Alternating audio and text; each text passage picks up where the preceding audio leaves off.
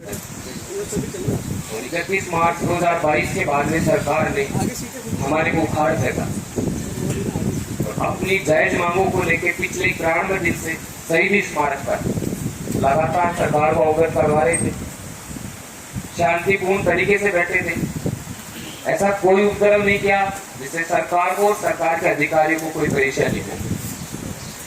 बार बार तमाम अधिकारी, तमाम मंत्री, एमएलए गण सबको अवगत करवाने के बाद भी सरकार की तरफ से एक ही जवाब मिला, आपका काम चल रहा है। और जिस प्रकार कोरोना में सरकार ने फूल बरसाए, मैं भाई साहब को बताना चाहता हूं कि कल रात की घटना 9 बजे हमारे 6 साथियों को पुलिस कमिश्नरेट वार्ता के लिए बुलाया जाता है और उनको वहीं पे बैठा लिया जाता है। पीछे से हमारे साथी तो एक टाइम खाना खाते हैं शहीद स्मारक पे, 10:30 बजे बारिश का टाइम था, 10:30 बजे खाना खाने बैठे। 51 साथी हमारे भूख हड़ताल पे बैठे थे पिछले 7 दिन से। पीछे से पुलिस प्रशासन खाने खाते हुए लोगों के ऊपर लाठियां बरसाई गई हमारे ऊपर। भूख हड़ताल पे बैठे हुए रेस्ट कर रहे साथियों को हाथ पकड़ के, पैर पकड़ के वहां से घसीटा गया। हमारी जो छोटी बहनें, बड़ी बहनें वहां पे मौजूद थी, उनके साथ में छोटे छोटे बच्चे थे, उनको भी वहां से धक्का मुक्की की गई। जितने भी साथी थे उन सभी साथियों को 4 बस में भर के अलग अलग जगह पे पूरी रात 20-25 किलोमीटर दूर दराज अलग अलग थानों में हमारे को बंद किया गया, प्रताड़ित किया गया। बार बार बोले कि साहब हमारे साथ भूखे 7 दिन से बैठे हुए साथी में इनके पानी की व्यवस्था तो कर दो। उन्होंने पानी तक नहीं पिलाया हमें और पूरी रात वहां पे थाने में बैठाए रखे। 4 बजे से उन लोगों ने अपनी गाड़ियों से 5-5, 7-7 लोगों की टुकड़ी बना के ऐसे स्थान पे छोड़ा उन लोगों ने जहां से हम लोग वापस नहीं आ सके। पिछले 3 दिन से राजस्थान में इंटरनेट सेवाएं बंद है। हमारे बहन और भाई जिनके पास में सारे लोग ऑनलाइन पेमेंट ट्रांजेक्शन किया करते थे, किसी के पास 1 रुपए जेब में नहीं था। और बहुत सारी बहनें अभी भी ऐसे जगह पे हैं जो अपने गंतव्य स्थान पे अभी तक भी नहीं पहुंच सके, जहां पुलिस वालों ने उनको छोड़ा है वहीं पे अभी मौजूद है। कैसे जैसे करके हमारे साथी सुबह 8 बजे तक यहाँ पहुंचे। इससे बड़ी राजस्थान सरकार की क्या होगी कि हमने इतनी अच्छी सेवाएं देने के बाद हमारे साथ में इतनी बड़ी बदसलूकी राजस्थान सरकार के द्वारा की गई। आदरणीय भाई साहब से निवेदन करना चाहता हूं कि जो हमारा हक और मान सम्मान के लिए में पिछले 3 महीने से रुके हुए थे, हम आपसे कंधे से कंधा मिलाकर हमारे भाई आपके बराबर खड़े हैं। आप उन्हें आशीर्वाद दें और हमारा जो मान सम्मान खोया है उसको वापस दिलाने की कृपा करें भाई साहब। धन्यवाद। प्रशासन के सामने भीख मांग रहे, इसको आप हम जैसे जो जमीन से जुड़े हुए जो लोग हैं वही बदल सकते हैं। और हमें आगामी समय में सत्ता के चरित्र को बदलना होगा, तभी हमारी आवाज सुनी जाएगी, वंचितों की आवाज सुनी जाएगी, जो हाशिए का जो समाज है उसकी आवाज सुनी जाएगी। अब मैं आज की इस प्रोग्राम के मुख्य वक्ता, मुख्य अतिथि, आजाद समाज पार्टी कांचीराम के राष्ट्रीय अध्यक्ष माननीय भाई एडवोकेट चंद्रशेखर जी से अनुरोध करूंगा कि आप हम सबको संबोधित करें।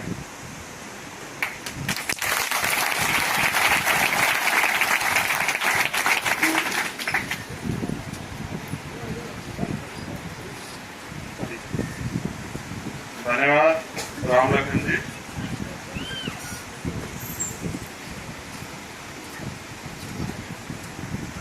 ये जयपुर पिंक सिटी पूरे भारत में और दुनिया में इसको जाना जाता है। पिछले 5 साल से लगातार यहाँ समय समय पर मैं आता रहा। कई ऐसे मामले हैं जिन मामलों में न्याय के लिए हम लोग इस सरकार के खिलाफ मजबूती से सड़कों पर संघर्ष किए, कई ऐसे मामले हैं कि हमने सरकार को झुकाने का और पीड़ितों को न्याय दिलाने का काम किया। पिछली बार जब मैं आया था तो मैं सीएचए के साथियों से मिला। मैंने उस दिन भी उनका दर्द सुना और मैंने उनसे वादा किया था कि 2 तारीख में हम लोग यहाँ आंदोलन करेंगे। मैं आज भी अपनी बात पे झुका तो खड़ा हूँ। कल हम लोग यहाँ एक ऐतिहासिक आंदोलन करेंगे और सरकार की ईंट से ईंट बजा देंगे।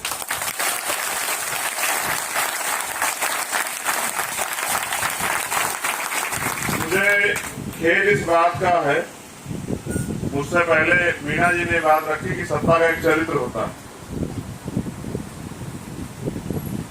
मैं दिल्ली में ज्यादा समय रहता हूं तो मैं देखता हूं कि वहां जिनकी सरकार यहाँ पे है वो वहां लोकतंत्र, कानून, संविधान की दुहाई देते रहते हैं, लेकिन यहाँ जब आंदोलन उनके द्वारा जो अन्याय किया जाता है उसके खिलाफ होता है, उसको कुचलने के लिए वो सारी सरकारी एजेंसियों का दुरुपयोग करते हैं। आज जो हालात राजस्थान में बने हुए इसके लिए भी सरकार दोषी। अगर सरकार ने कानून का राज स्थापित किया हुआ तो उदयपुर जैसी घटना ना होती। मैं आप सबसे ये निवेदन करता हूं कि आप राजस्थान वासियों से मेरा निवेदन है और राजस्थान के मंच से देशवासियों से कि उस विषय पे भी आप लोग शांति स्थापित करवाने में मदद करवाएं, शांति स्थापित करें। बड़े पैमाने पे भीम आर्मी आजाद समाज पार्टी के लोगों से मेरा निवेदन है कि उस घटना से जुड़ी चीजों को शेयर ना करें और शांति बना के रखें। चंद लोग अगर माहौल खराब करने का काम करेंगे तो इस देश का भाईचारा टूटेगा नहीं। लेकिन हर एक समस्या के पीछे कोई ना कोई कारण होता है।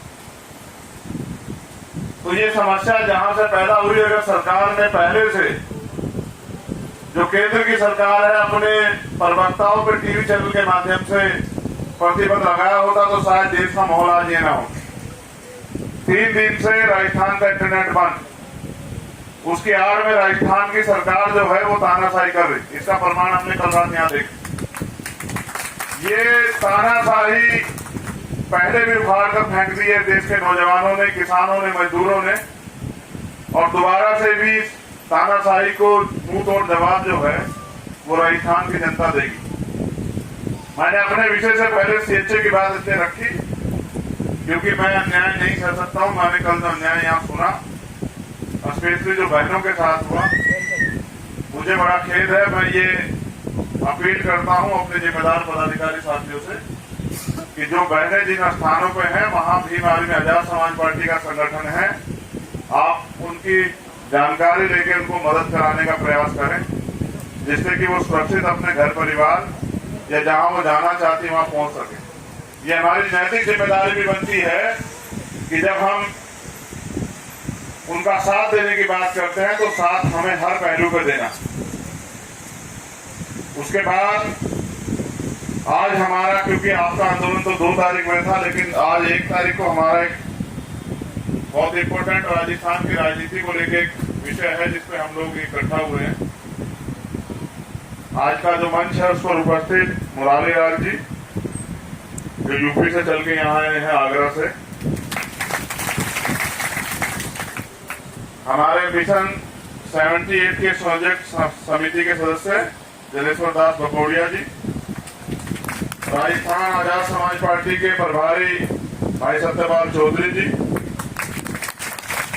राजस्थान मिशन 78 प्रोजेक्ट समिति के सदस्य मोहनलाल बैरवा जी, भीम आर्मी भारत एकता मिशन के राजस्थान के संयोजक छोटे भाई योगेश सुमित जी, और लंबे समय तक भीम आर्मी आजाद समाज पार्टी में सेवा देने का कार्य करते रहे और आज भी समर्पण की भावना से काम करने वाले मेरे छोटे भाई नीम धेनवाल जी, सामने उपस्थित मुकेश चोपड़ा जी, जितेंद्र अठवाल जी, रईस मलिक जी, मुकेश बैरवा जी, अहेरिया जी, आप सभी साथियों का भी मैं धन्यवाद करता हूं। कई ऐसे मामले हैं जिसमें मैंने देखा कि सरकार पीड़ितों को न्याय देने की बजाय पीड़ितों को ही सताने, डराने और उनकी आवाज को दबाने के लिए पुलिस बल का प्रयोग करती है। ये लोकतंत्र है। लोकतंत्र में कोई किसी का गुलाम नहीं। अब हम आजाद हैं। भारत में लोकतांत्रिक व्यवस्था है। लोकतांत्रिक व्यवस्था में हर व्यक्ति को अपने अधिकारों को ग्रहण करने का, लेने का, सम्मान से जीने का अधिकार है। राजनीतिक व्यवस्था में समय समय पे शोषित और वंचितों ने अपनी लड़ाई को मजबूत किया है, लेकिन जैसा मैंने देखा कि जिस तरह से भारतीय जनता पार्टी केंद्र के जरिए पिछले 8 सालों से इस देश के नौजवानों का, किसानों का, मजदूरों का, महिलाओं का, गरीबों का शोषण कर रही है और पूंजीपतियों को लाभ दे रही है, वहीं राजस्थान में पिछले 5 साल की जो सरकार चल रही है, 4 साल की, उसमें मैंने देखा कि पीड़ितों को न्याय के लिए आंदोलन करना पड़ता है। इसका मतलब इस सरकार को भी शोषितों वंचितों से कोई खासा मतलब नहीं। मेरे आज भी याद है सीएचए के एक साथी जिनकी नक्सल हत्या जो है वो की गई पाली में, और उनकी हत्या के बाद जब आंदोलन हुआ, पहली बार के आंदोलन के बाद सरकार ने हमसे कुछ वादे किए एडमिनिस्ट्रेशन के जरिए। उन्होंने कहा कि हम आपकी मांगों को मानेंगे। ये पहली घटना नहीं थी, लेकिन मैं इस घटना का जिक्र इसलिए कर रहा हूं क्योंकि इसमें न्याय अभी अधूरा। उसके बाद दोबारा जब हम लोग आंदोलन के लिए उदयपुर पहुंचे तो एयरपोर्ट पे हम लोगों को अरेस्ट किया गया और हमारे कार्यकर्ता को जबरन जो है पुलिस ने थानों में, जेलों में ठूस दिया। तब फिर हमसे एक और बार वादा हुआ कि भाई हम इस लड़ाई को, हम आपकी मांगों को मानेंगे। लेकिन 2 बार के आंदोलन के बाद सरकार ने वादा खिलाफी की। इससे स्पष्ट होता है कि सरकार जो है सामंती के आगे मजबूर है और वो किसी भी कीमत पे शोषितों को, चाहे वो सीएचए के साथी हो या राजस्थान में रहने वाले दलित, पिछड़े, आदिवासी, कमजोर, आर्थिक रूप से कमजोर वर्ग के लोग हों, माइनॉरिटी के लोग हों, उनको न्याय नहीं देंगे।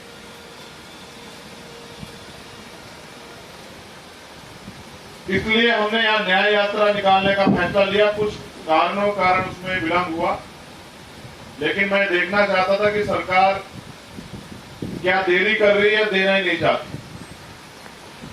उससे स्पष्ट हुआ आज तक का चरित्र देखे कि सरकार हमारे विषय में बात ही नहीं करना चाहती। इसलिए ऐसी सरकार जो हमें मरने के बाद भी न्याय ना दे और जो सामंती में आगे मजबूर हो, ऐसी सरकार से हमारा कोई ताल्लुक नहीं हो सकता। हमारे लोगों को उनसे ज्यादा कुछ उम्मीदें नहीं रखनी चाहिए। ऐसी सरकार को भी राजनीतिक रूप से सबक सिखाने के लिए, और क्योंकि विधानसभा के पटल पे हमारे मुद्दों को कोई बड़े पैमाने पे मजबूती से नहीं रखता कि सरकार को जो है एहसास हो कि इन वर्गों को न्याय भी देना है, तो अब आजाद समाज पार्टी मजबूती से जो है अपना संगठन यहाँ खड़ा करेगी। भीम आर्मी, आजाद समाज पार्टी संयुक्त रूप से मिलके राजस्थान की शासन सत्ता में अपनी जिम्मेदारी और अपनी हिस्सेदारी को लेने के लिए मेहनत करेगी।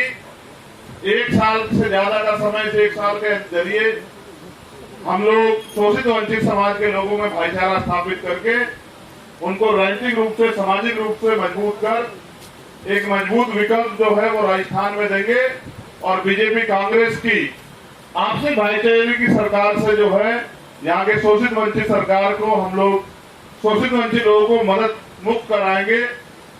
इसी कड़ी को आगे बढ़ाते हुए हम लोगों ने तय किया है कि श्रद्धेय प्रोफेसर राम लखन मीणा जी को राजस्थान आजाद समाज पार्टी काशीराम के प्रदेश अध्यक्ष की जिम्मेदारी हम लोग जो है आज घोषित करते हैं।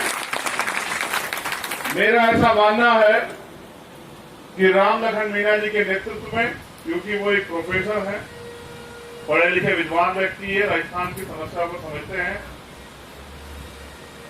शोषित वर्ग से आते हैं, वो शोषित वर्ग के सभी भाईचारों को मजबूत करेंगे और अपने संगठन के जरिए, जो संगठन इनकी घोषणा के बाद यहाँ प्रभारी जी द्वारा और अन्य साथियों के सहयोग से बनेगा, उसके जरिए गांव-गांव जाके शोषित वंचित वर्ग को राजनीतिक रूप से वोट की वैल्यू समझाने का काम करेंगे और ठेकेदारों से दूर रखने का काम करेंगे। क्योंकि इस ठेकेदारी प्रथा ने, जो ठेकेदारी प्रथा यहाँ चल रही है गुलामों के द्वारा, उनसे शोषित वर्ग का कोई भला नहीं हुआ।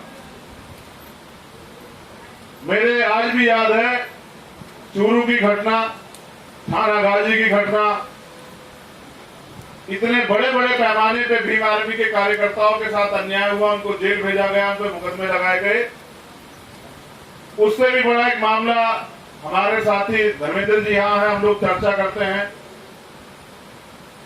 कि 2 अप्रैल के आंदोलन में जिन निर्दोष साथियों पे मुकदमे लगे थे, इस सरकार ने वादा किया कि मुकदमे भी वापस लिए जाएंगे। लेकिन मेरे आज भी याद है कि इस बेस पे इन्होंने पंचायत में वोट लिया, लोकसभा में वोट लिया और फिर दोबारा से विधानसभा चुनाव की करीब तैयारी ये लोग कर रहे हैं, लेकिन आज तक इन्होंने मुकदमे वापस नहीं लिए। ऐसी सरकार को ज्यादा दिन जो है सत्ता में रखने का कोई अधिकार जो है नहीं देना चाहिए। शोषित वंचित वर्ग के लोगों को अपनी एकता बना के, और स्पेशली कमजोर तबके के वो नौजवान जो इच्छा शक्ति रखते हैं, कुछ करके दिखाना चाहते हैं, जो चाहते हैं कि भारत में और राजस्थान में जो लोकतांत्रिक व्यवस्था है उनमें उनको आगे बढ़ने का अधिकार मिले, ये पूंजीपतियों की पार्टी उनको अधिकार नहीं देगी। अगर ये अधिकार देती तो सीएचए के जो है बच्चे जो हैं, जो हमारे भाई बहन हैं, कल उनके साथ ये अन्याय ना होता। 3 महीनों से वो अपने अधिकारों के लिए इनके आगे गिड़गिड़ा न रहे होते और उनके दर्द, उनके आंसू को भी देखकर ये सरकार नहीं पिघली, तो इसका मतलब समझिए कि ये सिर्फ और सिर्फ शोषण करने वाली सरकार है। इस सरकार को अब जो सबक सिखाने के साथ अपनी राजनीतिक ताकत को भी मजबूत करके राजस्थान में हम लोग जो है आजाद समाज पार्टी के जरिए बहुजन समाज के लोगों को ताकतवर बनाने का और उनकी हिस्सेदारी के साथ उनको सदन में भेजने के लिए मैं भी यहाँ हर जिले जिले जाके कैडर कैंप और उसके अलावा संगठनात्मक ढांचे को मजबूत करने का, भाईचारा बनाने का और जो भी शोषित पीड़ित वर्ग है उनकी लड़ाई को, उनके आंदोलन में हिस्सेदारी करने का काम करूंगा। मेरा ऐसा विश्वास है कि हमारे पुराने साथी और हमारे नए साथी मिलके एक मजबूत संगठन जो है वो यहाँ बनाएंगे, जिसके जरिए एक शोषितों का नया उदय, वो पूंजीपतियों की पार्टी में झंडे उठाने वाले नहीं, बल्कि शोषितों की आवाज बनके लोकतांत्रिक रूप से राजनीतिक शक्ति प्राप्त करके शोषित वंचित वर्ग के जो बुनियादी मुद्दे हैं, जो बुनियादी जरूरतें हैं, उनको पूरा करने के लिए आंदोलनरत रहेंगे, संघर्ष करेंगे। ऐसी मंगल कामना के साथ मैं राम लखन मीणा जी को कहूंगा कि वो जो है इस जिम्मेदारी को स्वीकार करें और इस जिम्मेदारी के बाद जो है हम लोग चर्चा करेंगे। राम लखन मीणा जी की अपनी जिम्मेदारी के बाद, जो दी गई जिम्मेदारी, उसकी वार्ता करने के बाद, अपनी बात रखने के बाद कि हमें कल के आंदोलन को किस तरह से जो है मजबूत करना है और सीएचए के भाइयों बहनों को न्याय दिलाना है, उनके संघर्ष को कमजोर नहीं पड़ने देना है। उसके साथ साथ अग्निवीरों का, जो अग्निवीर के नाम पे युवाओं के साथ जो छल किया गया है, बड़े पैमाने पर राजस्थान के साथी जो है वो सेना में भर्ती होते हैं। मेरा बड़ा अनुभव है कि राजस्थान के जो साथी हैं, नौजवान साथी, वो देश के प्रति बड़े समर्पित हैं। अग्निवीर के नाम पे जिस तरह से युवाओं के साथ खिलवाड़ हो रही है, हम लोग प्रयास करेंगे और आंदोलनों के साथ अग्निवीरों के आंदोलन को भी हम लोग, जो युवा साथी हैं, उनके आंदोलन को मजबूत करेंगे और केंद्र की सरकार को भी जो है राजस्थान और पूरे देश के जरिए सबक सिखाने का काम करेंगे कि वो अग्निवीर के नाम पे इस देश की आर्मी को जो है संघ की विचारधारा से पोषित लोगों को उसमें भरने का काम कर रही है और इस देश की सेना के साथ भी खिलवाड़ कर रही है, देश के जो है सुरक्षा के साथ भी खिलवाड़ कर रही है। और इस देश के नौजवानों के भविष्य के साथ भी खिलवाड़ कर रही है। ऐसे आंदोलन को भी हम लोग यहाँ आने वाले समय में मजबूत करेंगे। बहुत बहुत धन्यवाद। आप सब लोग यहाँ पहुंचे, आप सभी के लिए मंगल कामनाएं। जिम्मेदारी के साथ प्रोफेसर राम लखन मीणा जी के लिए भी मंगल कामनाएं कि वो इस जिम्मेदारी को और मजबूत करेंगे और भाईचारा बना के यहाँ वंचितों के आंदोलन को मजबूत करेंगे। एक ऐसा उदय होगा जिसमें किसी कमजोर वर्ग के व्यक्ति को या शोषित को जो है न्याय के लिए किसी के दरवाजे नहीं भटकना पड़ेगा। ऐसी राजनीतिक व्यवस्था बननी चाहिए। उसके लिए हम लोग एक सामूहिक प्रयास जो है राजस्थान में करेंगे। धन्यवाद। अब देखिए, आप सब जानते हैं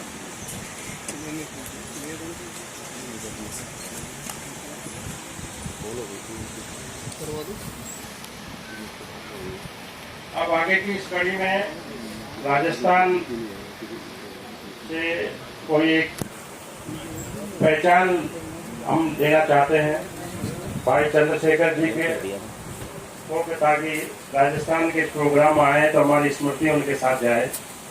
इस सम्मान में मैं अनुरोध करूंगा मोखरिया जी से और सतपाल सिंह चौधरी साहब जो राजस्थान के प्रभारी हैं, भाई चंद्रशेखर जी को राजस्थान का साफा जो सबसे सम्मान में रख दिया है, उस रंग की स्पेशल रूप से साफे तैयार करवाए हैं।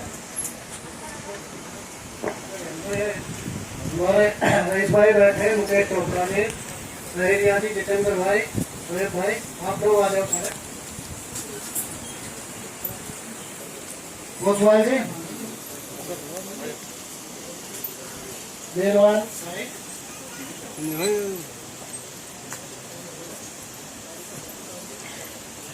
यहाँ के मुख्यमंत्री जी और यहाँ के कमिश्नर, यहाँ के डीएम, यहाँ के जो और प्रशासनिक अधिकारी उन तक जो है पहुंचाने का काम करें। अगर पुलिस अन्याय करेगी तो पूरे देश में रहने वाले भीम आर्मी आजाद समाज पार्टी कार्यकर्ता इस सरकार के खिलाफ सड़कों पर निकलकर आंदोलन करेंगे। सरकार का चेहरा जो है वो पूरे देश के सामने जो है सरकार का चेहरा और चरित्र और यहाँ जो अन्याय हो रहा है उसको जो है पूरे देश के सामने लाने का काम करेंगे। मुझे उम्मीद है कि सरकार जो है मेरी बात को गंभीरता से लेगी और इस अन्याय को रोकेगी। धन्यवाद।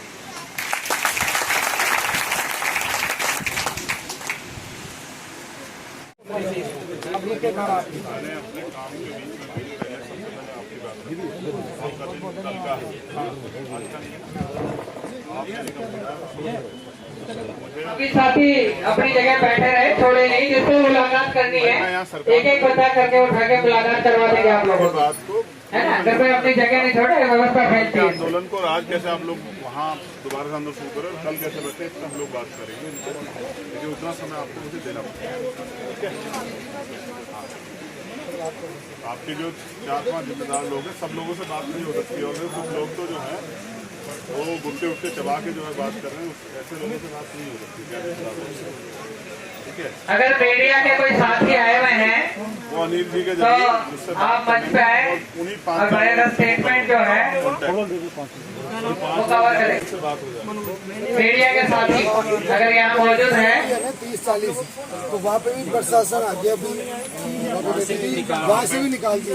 अपने जवार से रोका हुआ था 30-35 लड़कियाँ, वहाँ पे 4 लड़कियाँ आके वो पुलिस वाले आके निकलो यहाँ, बताओ कहाँ पे। हाँ, इस बात को उठाना पड़ेगा।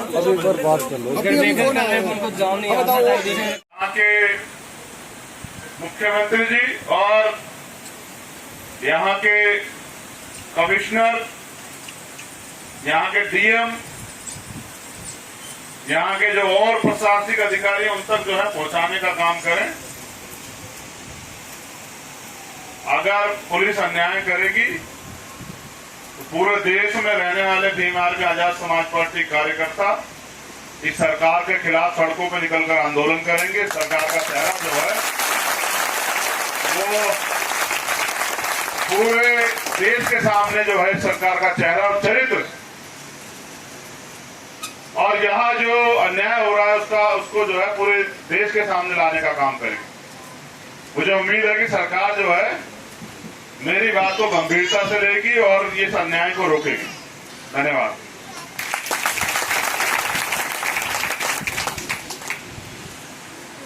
ये को कल रात को जिस तरीके से उठाया है बारिश के मौसम में, और उसके बाद में मैं पता ही नहीं अभी तक उनके साथी है कहाँ पर, आगे आपका क्या रवैया रहेगा इनको लेकर?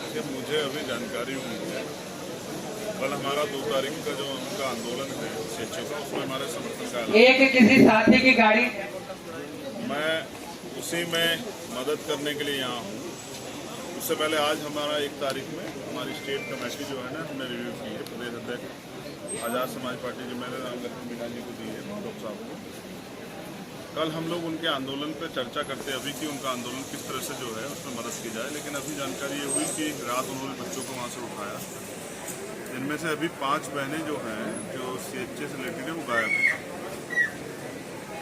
मैं यहाँ के पुलिस प्रशासन और सरकार से ये जो है निवेदन और चेतावनी, आग्रह और चेतावनी दोनों करता हूँ कि उन बच्चियों को पहले सकुशल बरामद करें।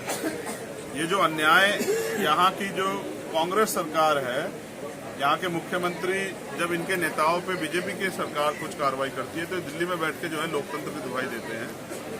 ये संविधान की अधिकारों की बात करते हैं, कानून की बात करते हैं, मगर यहीं अपने ही प्रदेश में जिन बच्चों ने 1 साल जो है अपनी जान की बाजी लगा के सेवाएं दी हैं उनको जो है इन्होंने बाहर निकाला। वो 3 महीने से जो है आंदोलन कर रहे हैं, और रात जो तानाशाही, हिटलरशाही जो है जो सरकार ने दिखाई कि उनको वहां से गायब कर दिया, पीटा, उनके कपड़े फाड़ दिए, वो टेंट उखाड़ दिया, ये अन्याय जो है इसके खिलाफ हम लोग अभी यहाँ के प्रशासन और अधिकारियों से बात करेंगे। हम प्रयास करेंगे उनका आंदोलन दोबारा से शुरू हो और कल उनका आंदोलन मजबूती से हो, क्योंकि लोकतंत्र की सुंदरता यही है कि जिसके साथ अन्याय हुआ हो उसको अपनी बात रखने का मौका मिले।